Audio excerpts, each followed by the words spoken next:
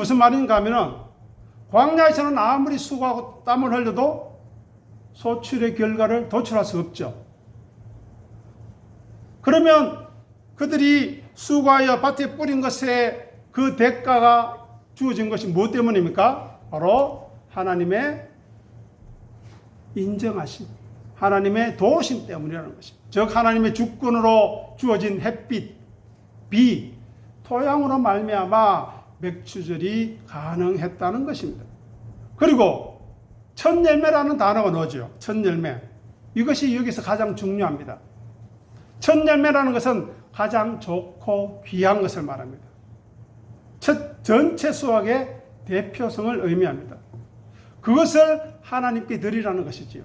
즉 그렇게 함으로 모든 수확의 주인이 하나님이심을 고백하라는 것입니다. 그런데 안타깝게도 많은 세월이 지나고 이스라엘 백성들이 말라기 선지자에게 고발을 당하는데, 유대인들 너희는 왜 하나님 앞에 제사를 드리러 나올 때, 예물을 드릴 때 흠 있는 걸 드리고 저는 것을 드리고 상한 것을 드리느냐, 왜 정성이 없느냐 반문하고 있는 것입니다. 이 첫 열매의 의미를 모르기 때문에 그렇습니다. 또 앞으로 그들 모든 것에 대한 감사의 표현을 하는 것입니다. 그 믿음의 행위가 맥추절의 의미이고 첫 열매의 의미인 것입니다. 이런 감사가 없이 하나님 앞에 나오면 그것이 무슨 의미가 있겠습니까? 감사하지 않는 삶, 은혜를 모르는 삶, 도대체 무슨 의미가 있습니까? 맥추절은 또 감사와 기쁨의 축제입니다. 왜요? 하나님께서 신실하심에 의한 그 은혜로 말미암아 공급된 맥추이기 때문입니다. 그죠? 그리고 하나님이 약속하신 바 가나안 땅에 도달했기 때문에, 하나님의 약속이 성취되었기 때문에 맥추절을 지킬 수 있기 때문에 우리는 감사하고 기뻐해야 하는 것입니다. 또 광야 생활의 마침을 의미하지요. 광야에서는 심을 수도 없고 계속 돌아다녀야 되기 때문에 어떤 것도 거둘 수 없는 땅입니다. 하지만 약속의 땅에 정착해서 얻은 첫 수확의 기쁨을 공동체 전체가 공유하는 기쁨의 축제라는 것입니다. 그리고 애굽에서 했던 노예 생활, 거기에서 구원하신 하나님의 은혜를 기억하고 감사하는 것도 맥추절에 담긴 의미입니다. 그러니 첫 열매로 드리는 것은 전체를 하나님께 드리는 행위요 고백인 것입니다. 가장 좋은 것, 처음 것을 구별하여 드립니다. 제 어릴 때는 농사 짓는 분이든지 자기가 수고하여 일한 것이 있으면 가장 좋은 것을 구별해서 목회자에게 드리는 그런 것을 보았습니다.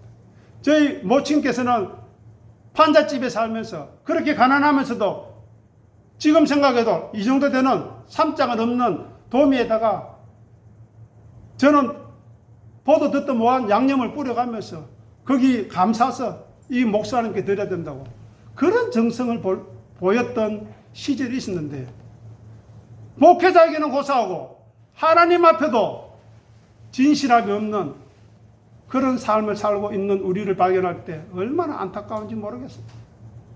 우리는 가장 좋은 것, 처음 것으로 하나님께 구별하여 들 줄 아는 하나님의 사람이 되어야 합니다.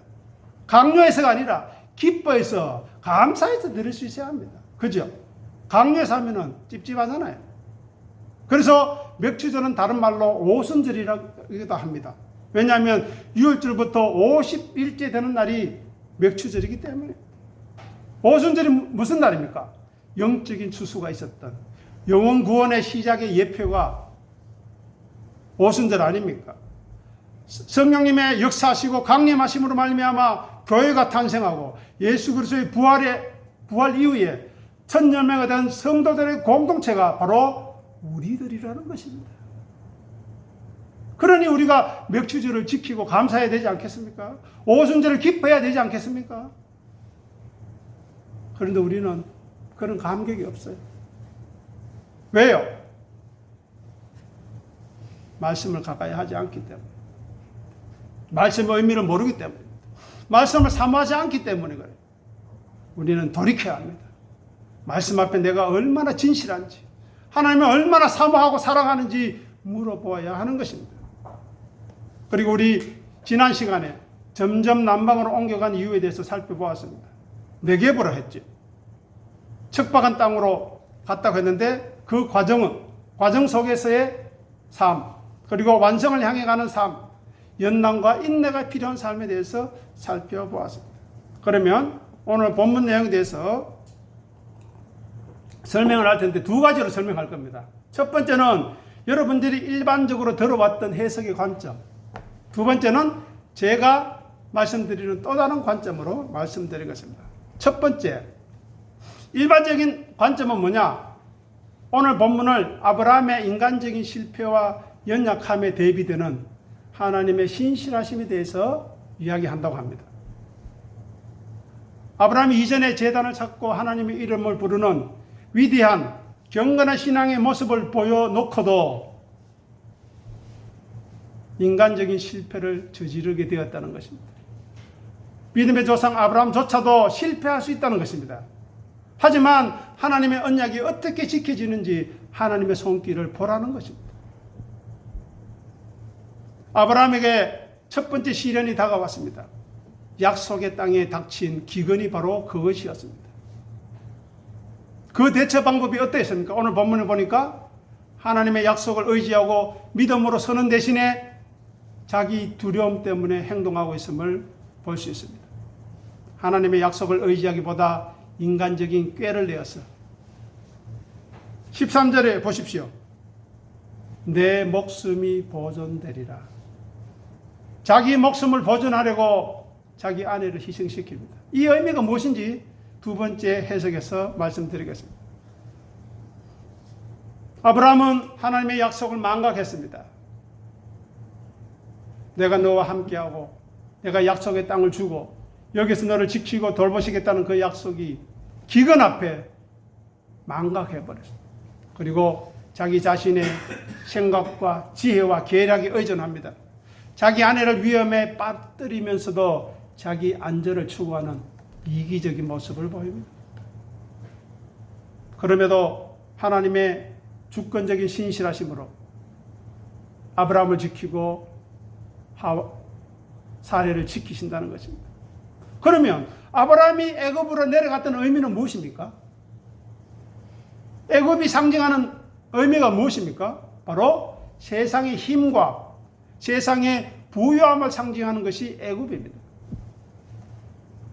비록 기근이 들었지만 가나안 땅, 약속의 땅에 머무는 것이 아니라 지금 당장 죽게 되었으니 하나님을 떠나서 유혹의 장소로, 자기 나름의 인간적인 장소로 피신해 버리는 거죠. 거기에서 어떤 일이 일어나겠습니까? 여러분들은 어떤 경험을 하셨습니까? 아브라함은 하나님께 묻거나 하나님을 의지하지 않았습니다. 기근 앞에서. 자기 판단에 따라서 당시 풍요와 문명의 중심지, 적어도 애굽에 가면 내가 먹고 살 수는 있겠지. 이렇게 하면은 내가 내 나름대로 생명을 부지할 수 있겠지 하면서 신앙적인 해결이 아니라 세속적인, 세상적인 해결책을 선택했다는 것입니다. 창세기 12장 3절 주보를 통해서 같이 읽어보겠습니다. 너를 축복하는 자에게 내가 복을 내리고 너를 저주하는 자에게는 내가 저주하리니 땅의 모든 족속이 너로 말미암아 복을 얻을 것이니라 하신지라. 아멘. 보십시오. 너에게 복을 내리는 자에게 내가 복을 내리고 너를 저주하는 자에게 저주한다고 말씀하시지 않았습니까? 그리고 제가 이전에 그것이 무슨 의미인가 설명하지 않았습니까? 살펴보시기 바랍니다. 아브라함은 자기의 안전을 하나님이 책임지신다는 강력한 보호의 약속을 가지고 있음에도 불구하고 아브라함은 그 하나님의 약속을 잊어버리고 자기 아내를 누이라고 속입니다. 사실입니다. 창세기 20장 12절을 보면 사실 이복 누이기 때문에 맞습니다. 하지만 부분적인 사실을 강조함으로 상대방을 속이려는 기만수를 부렸고 진실을 왜곡해버립니다. 우리 사회의 언론도 마찬가지입니다. 작은 부분을 떼어서 그것이 마치 진리인 양, 사실인 양 왜곡하여 퍼뜨려서 사람들을 죽이고 왜곡하고 사람들을 모함하는 일들이 우리 사회에 얼마나 많습니까? 그런데도 파렴치하게 잘못에 대한 뉘심도 없고 돌이킴도 없고 그 짓을 계속하고 있는 것입니다. 아브라함을 보십시오. 아브라함은 자기 중심적인 동기로 행동합니다. 내 목숨을 보존하고 싶어서 아내를 내팽개치는 겁니다. 아내뿐만 아니라 다 내팽개칩니다. 하나님도 내팽개쳐버립니다. 명백한 이기적인 모습입니다. 자기 안전, 자기 목숨 보존만에 관심이 있었음을 13절에 자기 입으로 분명히 고백하죠. 13절 보십시오. 원하건대 그대는 나의 누이라 하라. 그러면 내가 그대로 말미암아 안전하고 내 목숨이 그대로 말미암아 보존되리라. 얼마나 부끄러운 이야기입니까? 얼마나 수치스러운 이야기입니까? 하나님 앞에서, 자기 아내 앞에서, 자기 종들 앞에서. 그런데도 이런 파렴치한 말을 하면서도 하나님의 사람이라고 하고 있다는 사실입니다. 그래서 많은 사람들이 이러한 아브라함의 수많은 실패와 실수를 거쳐서 성장의 과정을 나아간다. 믿음은 단번에 완성하는 것이 아니라며 이렇게 해석하는 것이 일반적인 해석입니다. 자, 그러면 다른 관점으로 설명해 보겠습니다. 정말 그러한지 한번 생각해 보시기 바랍니다. 제가 말씀드리고 싶은 것은 사단 마귀의 괴계를 극복하는 과정으로 하나님이 이 스토리를 사용하신다는 것입니다. 즉 사단의 주로 공격하는 방식이 있는데 뭔가? 그것은 바로 언약의 자손이 출산되는 언약의 태 여성을 공격한다는 것입니다. 모성은 하와를 공격했죠. 노아의 부인을 공격했죠. 오늘 아브라함의 아내 사레를 공격하는 거예요. 언약의 통로를 훼손시키고 더럽히려는 사단의 괴계가 무엇인가를 하나님이 아브라함의 실수를 통해서 나타내신다는 것입니다. 그런데 인간의 실패의 양상은 어떻습니까? 아브라함은 그 실패 앞에서 뭐라고 했습니까? 핑계대지요. 여자가 주니까 먹었습니다. 아브라함은 뭐라 합니까? 나의 누이라고. 제발 속여달라. 거짓말 해달라. 말하고 있지 않습니까? 그런데 궁극적인 하나님의 해결책은 어떻게 나타납니까? 아담과 하와에게는 가죽옷을 지어 입히시는 것입니다. 오늘 본문에서는 바로에게 큰 재앙을 내려서 돌이키지 않고는 회개하지 않고는 아브라함을 내보내지 않고는 어쩔 수 없는 그런 상황에 만들어서 해결하신다는 것입니다. 그러니 우리는 오늘 본문을 통해서 사단의 괴계, 속임수를 분명히 알아야 합니다. 아담과 아브라함에게 하나님의 말씀과 약속에 대해서 불신하도록 만들어버립니다. 에덴에 죄가 있다고? 에덴에서 뱀의 유혹을 받는다고? 가나안 땅인데 기근이 있다고? 이게 무슨 뜻이지? 하나님 있는 거야? 하나님이 통치하는 것인가? 긴가 민가 헷갈리게 만드는 것입니다. 저 사람이 하나님 사람인가 아닌가? 맞기도 하고 안 맞기도 하고 뭐지? 헷갈리게 만드는 것입니다. 그러면서 결과적으로 하나님과의 관계성을 파괴시킵니다. 하나님 말씀에 불순종하도록 하지요. 자기 목숨만 생각하도록 만들어버리는 것입니다. 이렇게 사단은 인간의 연약함을 이용해서 하나님의 구원의 계획을 무산시키려고 합니다. 생각해 보십시오. 언약의 가문 아담과 하와, 노아와 노아 부인 아브라함과 사레, 그 약속의 씨앗과 약속의 자손이 태어나고 이어지는 그 통로와 태를 공격하는 것이 사단입니다. 오염시키고 더럽히려고 하는 것입니다. 자, 그러면 사단의 공격 양상에 대해서 몇 가지로 살펴보겠습니다. 첫째, 하와에게 어떻게 공격해 왔습니까? 하나님의 말씀으로 의심을 유발하지요. 하나님이 먹지 말라 하더냐? 헷갈립니다. 하나님이 먹지 말라 하시더냐? 하와에게 하나님의 말씀에 대한 확신이 있는지 점검하죠. 어느 정도 이해하고 있는지, 어느 정도 수용하고 있는지 뱀이 물어봅니다. 두 번째, 하나님의 성품에 대해서 불신을 조장합니다.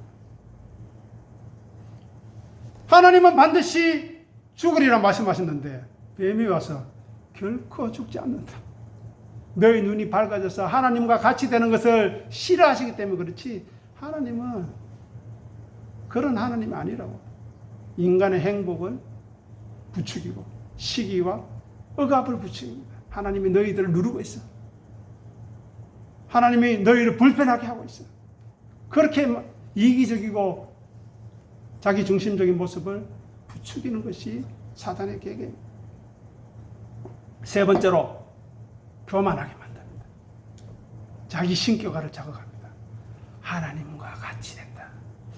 네가 선악을 판단한다. 저놈 나쁜 놈이야. 저놈 괜찮은 놈이야. 네가 판단할 수 있어. 자기 중심성을 자극합니다. 자기 이기성을 폭발시켜버립니다. 그리하여 피조물의 위치를 망각하게 만들어버리죠. 스스로 선악의 기준이 되라고 계속해서 부추깁니다. 언제까지요? 될 때까지. 계속 부추깁니다. 그 음성이 들리지 않습니까, 여러분? 문제의 직면에서, 어떤 사건의 직면에서 하나님과 대화하거나 하나님께 질문하지 않고 고민하지 않고 뱀의 왜곡된 말, 왜곡된 질문과 사악한 대화에 귀를 기울이고 응하도록 만들어버리는 것입니다. 제가 여러분을 유혹해 볼까요? 하나님 말씀 잘 듣고 주의 종에게 잘해 보십시오. 잘 섬겨 보십시오. 복 받습니다. 교회에서 열심히 충성 봉사하고 기도 열심히 하고 성경 많이 읽고 성경 열심히 다녀보십시오. 하나님 복 받습니다. 그것이 사단의 유혹입니다, 여러분. 복 받을 수 있고 안 받을 수도 있죠. 복 주면 감사해서 나누고 안 주면 믿음의 연단을 받고 이래도 감사 저래도 감사해야지. 왜 이렇게 하면 반드시 이렇게 하리라는 그것이 도대체 하나님의 약속의 말씀 어디 있습니까? 신명기 28장에도 복과 저주가 같이 있지 복만 이야기하지 않거든요. 그런데 뱀은 살짝 바꿉니다. 살짝. 그것을 이단이라고 하죠. 끝이 달라요. 처음은 똑같아요. 하다가 끝이 달라져 버려요. 말씀보다 진리보다 자기 경험을 중요시합니다. 자기 판단에 매여버립니다. 눈에 보이는 것, 오감으로 느끼는 그 욕망에 따라 판단하는 거예요. 그리고 결과에 대해서 책임 전가해버리죠. 하나님이 주어서 함께한 여자가 주니까 먹었는데 왜요? 여자는 뭐라고 합니까? 뱀이 나를 깨니까 그걸 했습니다. 왜요? 하나님을 저주합니다. 하나님을 원망합니다.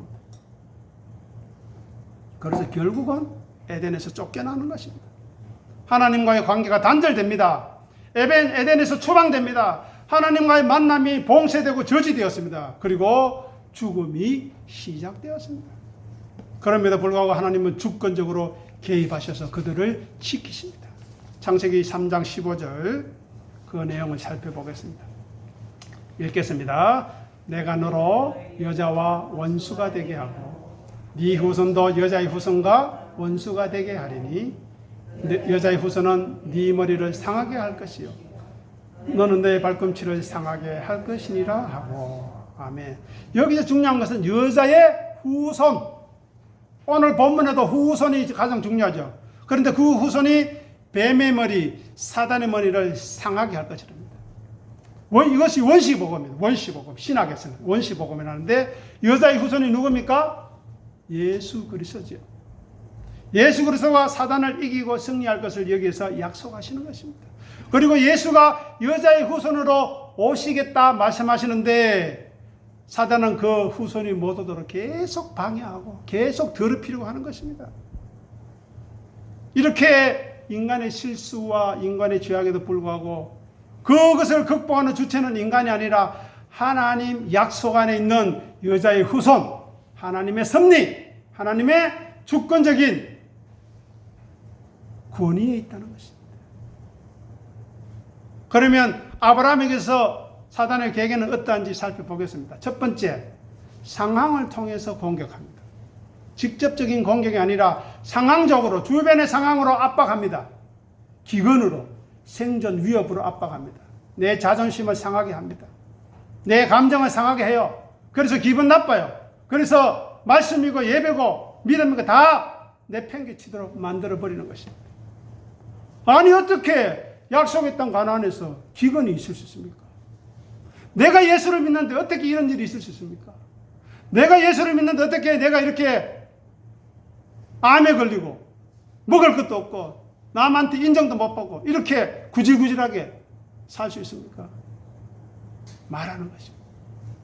하나님의 약속에 대한 신뢰성을 그것에 의심을 하게 만들어버려요. 두 번째, 두려움을 이용합니다. 아브라함에 있는 마음과 생각에 기근이 들었어요. 자기 혼자만이 아니라 수많은, 나중에 보니까 318명 정도 되는데 300명 넘는 식솔들이 다 죽게 생겼어요. 그 죽을까 하는 두려움을 사단이 자극하고 극대화시킵니다. 진리가 없고 하나님을 모르고 예수 그리스도의 십자가의 은혜 가치를 모르면 늘 두렵습니다. 자, 히브리서 2장 15절 그 내용을 확인해 보겠습니다. 또 죽기를 무서워함으로 한평생 매여 종노릇하는 모든 자들을 놓아주려 하시니. 앞에 보십시오. 죽기를 무서워한대요. 그것이 무엇으로 나타납니까? 돈 없는 것, 병드는 것, 인간관계 깨지는 것, 자녀 문제 생기는 것, 모든 인간의 갈등이 여기에 속해 있는 것입니다. 죽기를 무서워합니다. 그러면서 어떻게 한다고? 한평생 매여서 종노릇 한대요. 얼마나 불쌍합니까? 그런데 그런 자들을 놓아주시려고 예수님이 오시고 아브라함을 부르시고 역사하시는데 모른다는 겁니다. 관심 없어요. 세 번째, 하와와 마찬가지로 약속의 씨앗인 통로 사라를 더럽히고 파괴하고 차단시키려고 합니다. 자, 이렇게 질문해 보십시오. 아브라함의 아내 사레가 애굽 왕 바로와 동침해서 아이를 낳게 되면 어떻게 됩니까? 여러분 어떻게 하시겠어요? 큰일 나는 겁니다, 여러분. 하와는 실패했고 노아의 부인은 사라졌지만 세 번째는 안 되는 거예요. 세판이라고 하는 거 있잖아요. 3세번도 있잖아요. 세 번째는 안 되는 겁니다. 하나님이 절대 용납할 수 없는 겁니다. 언약의 혈통을 더러워지게 하려고, 혼잡하게 하려고, 창세기 3장 15절을 보셨지요. 여자의 후손에 나오는 길을 막으려고 하는 사단의 계획을 하나님은 절대로 용납할 수 없기 때문에 하나님의 구원의 계획을 펼치시려고 바로에게 치명적인 손상을, 위협을 가하시게 됩니다. 왜 그렇게 하시는가? 그 하나님의 절절함을 알아야 돼요. 그걸 모르면 오늘 본문은 이해할 수 없습니다, 여러분. 특히 여기 있는 여성분들, 모성을 가진 분들, 생명을 품었을 때 말씀으로 품었습니까? 말씀으로 양육했습니까? 아니지 않습니까? 내 욕심으로, 내 새끼, 내 거 그렇게 키웠지. 하나님의 자식이니 하나님께서 키우시고 하나님의 말씀으로 양육하셨던 제게 지혜를 주시고 능력을 주시고 기도할 수 있도록 해달라고 한나처럼 기도의 자녀를 키웠습니까?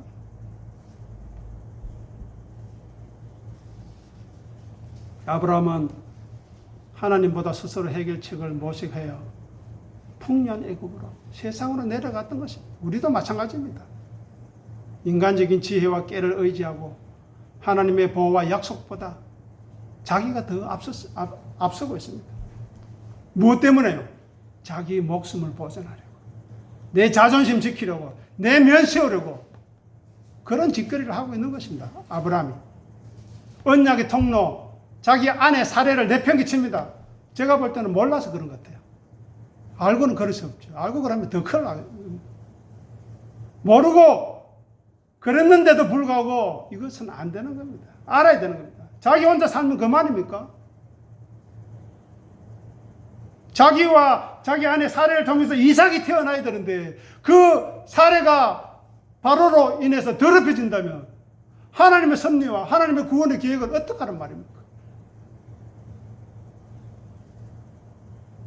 하나님께서 왜 여러분들을 여성으로 태어났는지 이해하고 있습니까?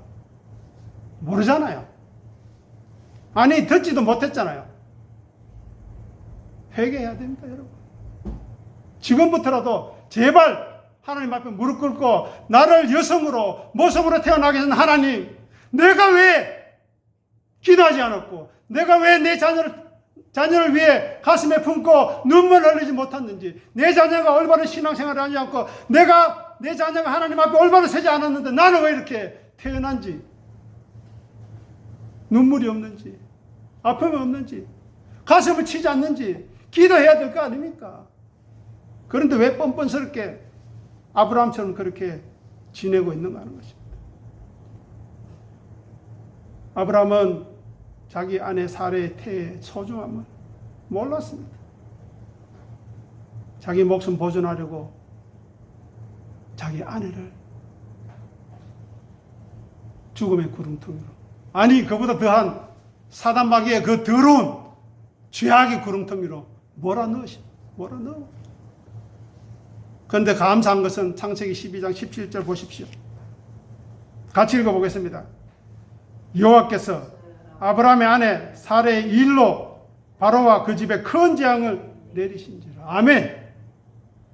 이 역사를 우리에게 알게 해달라고, 내려달라고 기도해야 합니다, 여러분. 보십시오. 아브라함 때문이 아니라 아브라함의 아내 사레의 일, 사레의 모성, 사레의 태를 지키려고 하나님이 직접 나서고 계십니다. 여러분이 하나님의 모성으로 살아가 보십시오. 하나님이 직접 여러분을 지켜주십니다. 그렇게 안 살아가시니까 하나님이 관심 없는, 이제부터라도 제발 돌이키시기 바랍니다. 여성으로 태어나신 귀한 분들, 이런 가르침을 성경에서 안 가르치고 교회에서 안 가르치니까 여자들이 자기밖에 모르고 돈밖에 모르고 자기 새끼밖에 모르는 겁니다. 남편 무시하고요, 멸시합니다. 개보다 못해요. 이사 갈 때 집에 있는 개 끌고 가야 데리고 가준대요. 그런 우스갯소리가 있습니다.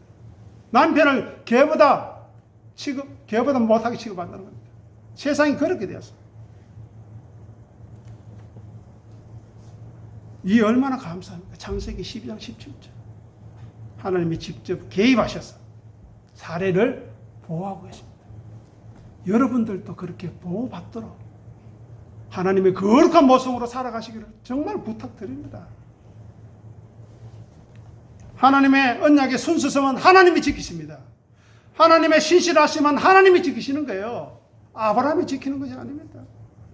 그러니 오늘 본문을 통해서 성경을 보는 관점을 좀 바꾸시기 바랍니다. 예전에 보던 그 눈, 예전에 먹던 그 묵은 포도주로 제발 먹지 마시고 새로운 포도주를 좀 드셔보세요. 새로운 무드를 좀 준비해 보시기 바랍니다. 성경을 보는 눈이 좀 다양해지기를 바랍니다. 이미 알고 있던 것에 제발 머물러 있지 마시고 새 포도주를 갈급해하는 그런 심령으로 살아가시고, 그런 말씀이 여러분에게 전거되어 줄 때에 감사하시고 찬송하시고 기뻐하시고 이 말씀을 어떻게 나의 것으로 삼을 수 있을지, 그리고 이것을 어떻게 내 자녀들에게, 내 성도들에게, 내가 아끼는 심령들에게 나누어 주실지 고민해 보십시오. 하나님이 길을 열어주지 않겠습니까? 그 상대의 마음을 열어주지 않겠습니까?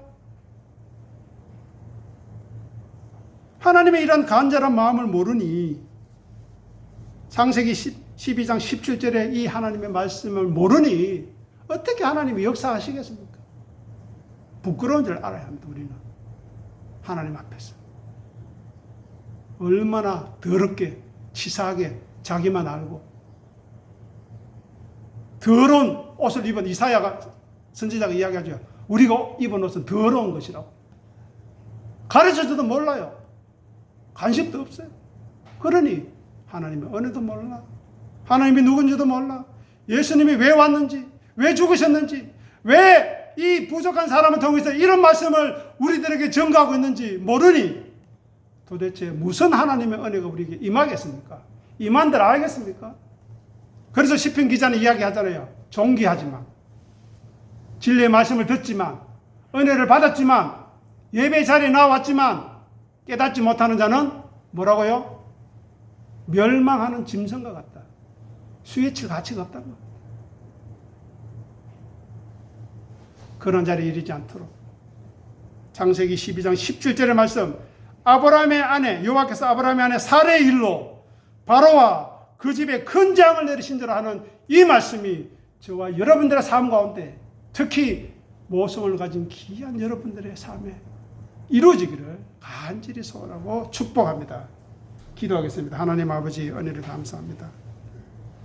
우리는 그저 하나님의 말씀을 스쳐 지나왔습니다. 아브라함을 향해, 사례를 향해 얼마나 간절한 마음으로 그들을 지켜보고 계신지, 얼마나 깊은 관심으로 크고 놀라운 사랑으로 그들을 보호하고 붙들고 계신지 알지 못한 채 스쳐 지나왔습니다. 그러니 우리의 삶이 얼마나 피폐해졌겠습니까? 얼마나 우리의 삶이 유출병이 걸려서 시간이 지날수록 빼빼 말라가며 골마져 가고 있습니까? 그럼에도 무지하고 몰랐어. 그럼에도 자기 고집 부리고 자기 생각만 주장하고 자기 경험만 내세우는 어리석은 저희들 불쌍히 여기시고 용서하시고 회개하도록 인도하여 주시옵소서.